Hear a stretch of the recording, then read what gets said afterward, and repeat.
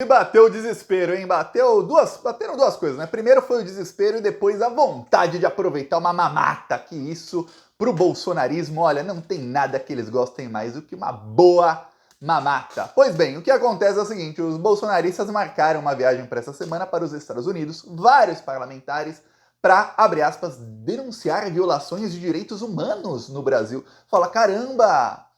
Deputados de extrema-direita a favor dos direitos humanos. Não, no caso deles é literalmente os direitos dos humanos. Não é humanos, não. Como eles falam, aquilo que eles apontam na esquerda. Eles foram lá defender bandido, defender terroristas.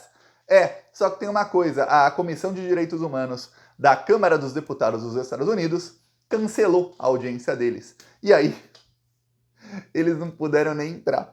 Foram barrados na porta. Você já deve ter visto algumas fotos aí deles barrados, mas eu vou mostrar mais aqui, porque é muito engraçado ver esse pessoal. Tiraram uma foto ali. A parte engraçada aqui dessa foto é a seguinte. Tem um cordão de isolamento aqui, exatamente para terroristas não entrarem lá. Eles não puderam nem passar do cordão de isolamento, tá bom? Ficaram na calçada os deputados bolsonaristas. Muito engraçado. O legal é que tinha uma plaquinha ali, escrita assim, ó.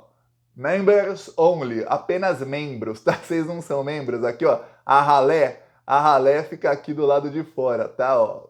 E que bom, né? Ó, é um cordão ali para que não entrem terroristas. E os terroristas ficaram do lado de fora. Iam lá dentro para quê? Para defender os terroristas brasileiros? Não deu. Pois bem, aí fizeram uma coletiva de imprensa apavorados lá na calçada. Muita gente deu risada que um parlamentar de extrema-direita americano ajudou os bolsonaristas com o púlpito ali, o lugar onde eles foram fazer a coletiva, né? E olha o nível do negócio aqui, tudo sujo, a cara do bolsonarismo isso aqui, tudo sujo, tudo cagado. Pois bem, eis que o Eduardo Bolsonaro, que está em pânico. O Eduardo Bolsonaro já tem 2 viagens para os Estados Unidos sendo investigadas pela Procuradoria-Geral da República. As 2 estão sendo investigadas tanto por emprego irregular de verba pública, como por tentativa de golpe de Estado. Uma que ele fez para visitar o Donald Trump, 2 semanas antes do 8 de janeiro, ele foi aos Estados Unidos e falou com Donald Trump e com Steve Bannon. E a outra ele fez em 2023, em novembro, com esses mesmos mamateiros aí para os Estados Unidos. Alguns foram alguns a mais nessa viagem. Eu acho que ficou um burburinho lá no bolsonarismo. Nossa, viajamos de primeira classe com dinheiro público, não pagamos nada. Olha, restaurante 5 estrelas, tudo ótimo, hotel, Nova York, compramos, era Black Friday, compramos um monte de coisa, valeu a pena. Aí, mais bolsonaristas quiseram aproveitar a mamata dessa vez, então foi um grupo maior dessa vez para Washington. Mesmo sem ter o que fazer. Não tinha o que fazer, o evento que eles iam foi cancelado, então não tinha o que fazer. Não tinha, mas foram lá aproveitar a mamata.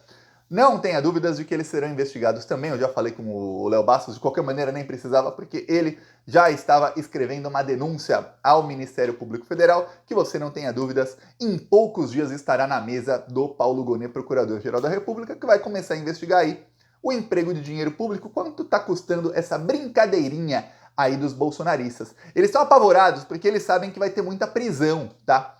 Então eles estão apavorados, eles estão indo lá tentando de tudo. O Eduardo Bolsonaro, eu não vou mostrar a fala do bandido, eu vou ler um trecho do que falou o Eduardo Bolsonaro para você ver o tamanho do desespero desse pessoal, tá? Olha aqui a notícia num veículo que é bem bolsominion, aliás, é um dos mais bolsominions ultimamente. Eduardo Bolsonaro compara Brasil a campos de concentração de Cuba. Aí diz aqui o Eduardo Bolsonaro, olha, ele fala que as pessoas que estão presas são todas inocentes e fala que, olha, veterinários, cantores gospel, intérpretes de libras, comediantes, um mendigo e até uma pessoa diagnosticada com autismo, todos eles estão presos acusados de um golpe de Estado. É muito claro que toda essa opressão e crueldade é apenas um passo para o objetivo final. Prender o meu pai, no caso o Jair Bolsonaro. Ele agora é perseguido e caluniado das mais diversas maneiras. Aí ele diz que o Brasil está se tornando olha, ele diz o seguinte: o Brasil está se tornando numa Cuba ou Venezuela, com seus campos de concentração. O único lugar que tinha campo de concentração e tortura em Cuba, talvez tenha até hoje, é em Guantánamo, que é um lugar que tem uma base americana dentro de Cuba. É o único lugar, os americanos ali. Pois bem, na Venezuela também não tem nada. Onde tem um mega campo de concentração com 2 milhões de pessoas ali morrendo, passando fome, sendo bombardeados, é em Gaza. E o Eduardo Bolsonaro é um dos maiores entusiastas dessas ideias aí de colocar inimigos em campos de concentração. Não é à toa que ele frequenta lá nos Estados Unidos clubes de tiro que fazem apologia ao nazismo. Olha só que coisa. Pois bem, o Eduardo Bolsonaro foi com esse discurso, o Gustavo Geyer falou que o Brasil é uma ditadura, ele falou, eles todos discursaram em inglês, tá? Todos eles em inglês. Então não vale nem a pena aqui eu mostrar um trecho que tá tudo em inglês, aí às vezes a legenda fica aqui borrada, às vezes para eu publicar o vídeo eu tenho que inverter, aí a legenda vai ficar ao contrário, então eu falo aqui para vocês. O Gustavo Geyer, segundo os bolsonaristas, ele fez o melhor discurso. Ele disse que, olha, eu pergunto a todos vocês, a Venezuela é uma ditadura sim ou não? Todo mundo falou que sim, né? Então, o Brasil tá pior que a Venezuela. Ele disse que o líder da oposição no Congresso, Carlos Jordi, só não estava lá nos Estados Unidos porque ele está sendo investigado por uma tentativa de um golpe que não houve. Já estará preso se tudo der certo. E o Gustavo Geyer junto, tá? Ficaram todos...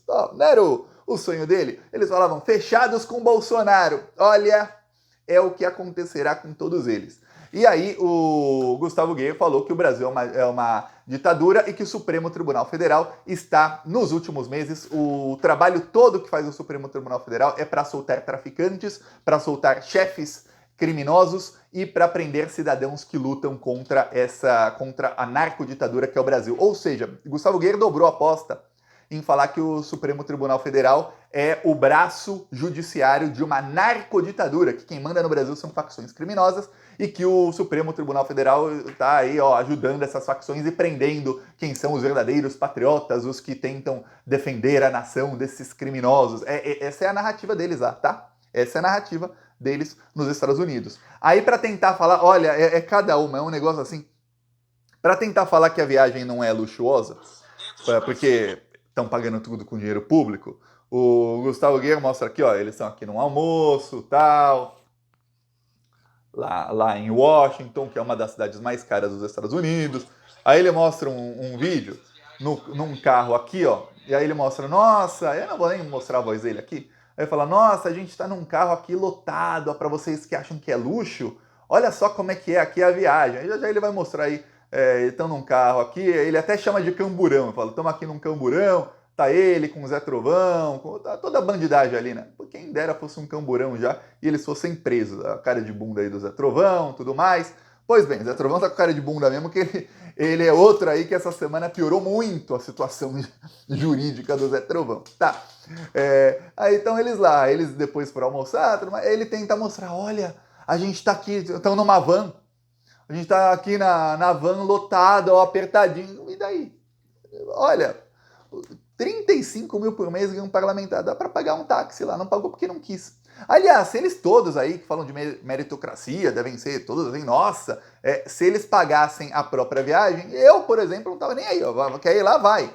Contanto que volte para ser preso, tá ótimo, porque serão presos muito em breve. Eles estão com muito medo, porque depois da delação do tenente-coronel Cid, ou seja, desse último depoimento dele, em que o Cid confirmou ali que teve tentativa de golpe, o Cid foi perguntado, isso a imprensa começou a falar ontem à noite, saíram algumas matérias aí de madrugada, né? Saem matérias de madrugada, geralmente 3, 4 da manhã, que é para sair no jornal O Globo. Geralmente é no jornal O Globo, ou na Folha, ou no Estadão. Então as matérias saem de madrugada, porque o jornal geralmente é impresso nesse horário, né?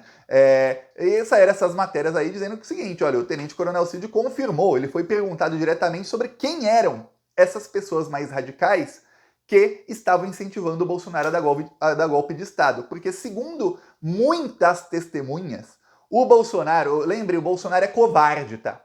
O Bolsonaro, em determinados momentos, ele queria dar o golpe 100% do tempo, mas ele ficava meio assim, sabe a pessoa que tá meio... precisa de um empurrão, porque tá com medo do que pode acontecer? Ele ficava com medo, e aí algumas pessoas estavam ali sempre incentivando. E a Polícia Federal queria saber quem são essas pessoas que mais incentivavam.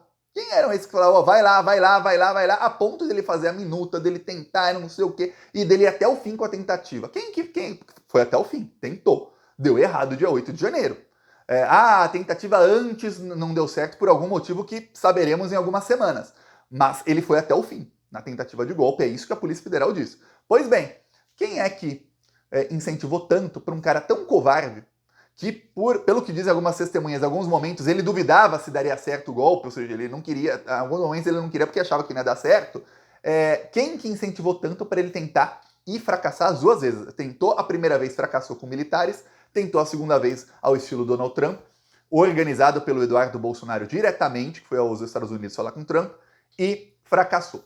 E aí tem uma coisa, entre os nomes que mais incentivavam o Bolsonaro e que o Cid falou, estão Eduardo Bolsonaro, Michele Bolsonaro, Pazuello e tem um aqui dessa lista.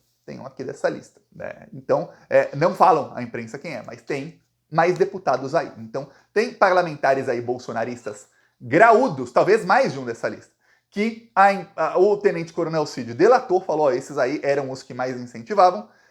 Alguns estão aí porque são deputados da cúpula do bolsonarismo, não sabemos ainda quem são e saberemos em algumas semanas. E esse pessoal sabe que vai ser preso. Por quê? Porque eu não sei.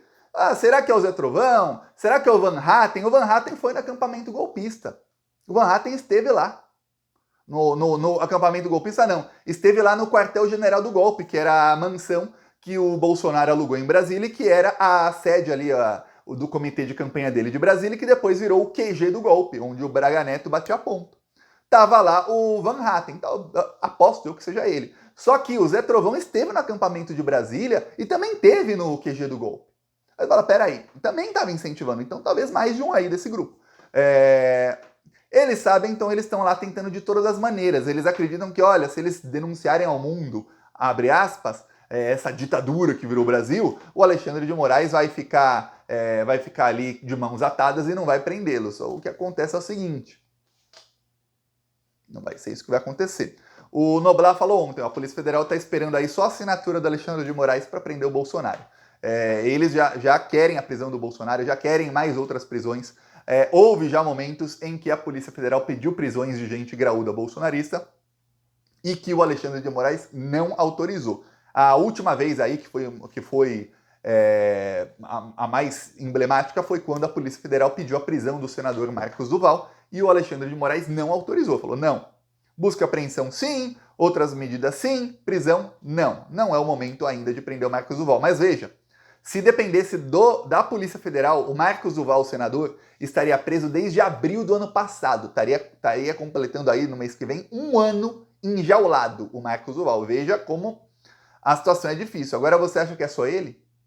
Tem outros vários que a polícia já teria prendido e que o Alexandre de Moraes está esperando o momento certo. Por quê? Porque a polícia faz o que está no jurídico. Olha, cometeu crime, tem indício, prenda.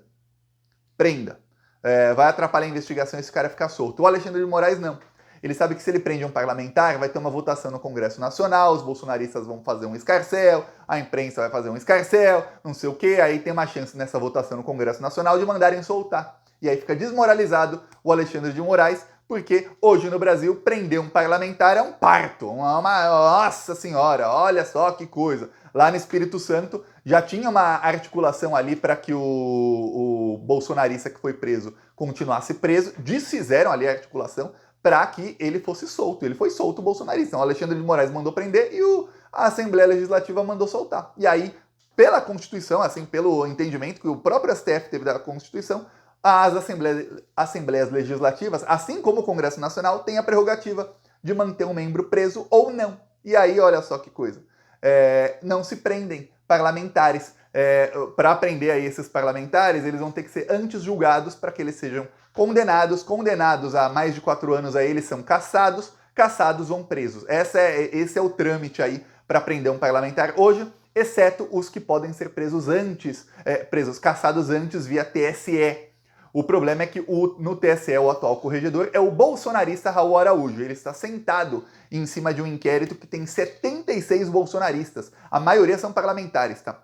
A maioria, entre deputados estaduais, federais, senadores, a maioria. Mas tem lá o próprio Bolsonaro, o Braga Neto, todos esses quase que foram aos Estados Unidos, estão nesse inquérito e que deve levar à cassação de todos eles por tentativa de golpe de Estado. Porém, vai demorar. Isso aí só para o final do ano. Então, para a prisão aí dos parlamentares deve demorar um pouco mais, exceto alguns que estão mais isolados, e a tendência aí desse ano, estamos ainda no comecinho de março, e lembre-se, antes do carnaval e uma semana depois do carnaval, ou seja, até a semana ali do dia 22 de fevereiro, vossas excelências não trabalharam. Então o ano começou, não faz nem... vai fazer um mês aí que o ano começou, tá? Essa é a verdade. Então estamos aí no primeiro mês do ano, essa é a verdade, apesar de ser final de março. A tendência este ano é que o Lula tenha ampla maioria no final do ano na Câmara e no Senado, inclusive para caso bolsonaristas sejam presos, para que mantenha-se a prisão desses bandidos. Então tem aí uma chance desse pessoal acabar sendo preso mais para frente, antes mesmo de perder o mandato. Veremos o que vai acontecer. O desespero deles é muito grande, eles estão ainda mais desesperados porque eles levaram não do Arthur Lira da última vez que quiseram politizar aí as investigações. Eles levaram não do Rodrigo Pacheco. O Rodrigo Pacheco está por aqui com alguns bolsonaristas. Ele vai se unir a esse pessoal porque esse pessoal tem voto. Então, quando ele precisar ali fazer alguma coisa contra o governo Lula, ele se une ao bolsonarismo única e exclusivamente porque o bolsonarismo tem, principalmente parlamentares, eles têm voto. É só ver que a maioria do Congresso Nacional tem mais bolsonaristas do que petistas, por exemplo, tem mais bolsonaristas do que esquerda, se você ver bem. Não tem bolsonarista só no PL, tem vários outros partidos. O Van Hatten mesmo é do Novo, tem no Republicanos, no Partido Progressista. Eles elegem muito bem parlamentares, os bolsonaristas, eles conseguem ali eleger mais parlamentares do que eles têm ali de voto, coisa que a esquerda nunca conseguiu. E aí, por conta disso, o Pacheco fica, às vezes, alinhado a eles. Mas já está por aqui, já viu que esse pessoal queria prendê-lo. Não se sabe quem eram os radicais que queriam prender o Rodrigo Pacheco, mas sabe-se que é a ala política do bolsonarismo, que é a ala ligada ao Eduardo Bolsonaro. O Eduardo Bolsonaro, que era melhor amigo do Felipe Martins, foi quem entregou a minuta com a prisão do Pacheco e do Gilmar Mendes. Então, principalmente o Eduardo Bolsonaro, desses aí, mas os outros também, eles sabem, o Supremo Tribunal Federal, os ministros sabem que eles queriam prender o Alexandre Gilmar Mendes, vários delegados e o próprio Rodrigo Pacheco. Fora alguns outros que os nomes não foram revelados ainda. Na primeira delação, o Cid disse esses três nomes estão ali numa das minutas, e depois ele falou, outros opositores, e não deu nomes. Nessa última, ele foi perguntado, não falaram qual a resposta. Então, veremos aí. Se ele respondeu tudo, ele vai dar nomes. Peço aí a sua inscrição no canal. Seguiremos aqui na luta contra essa corja maldita. Falou!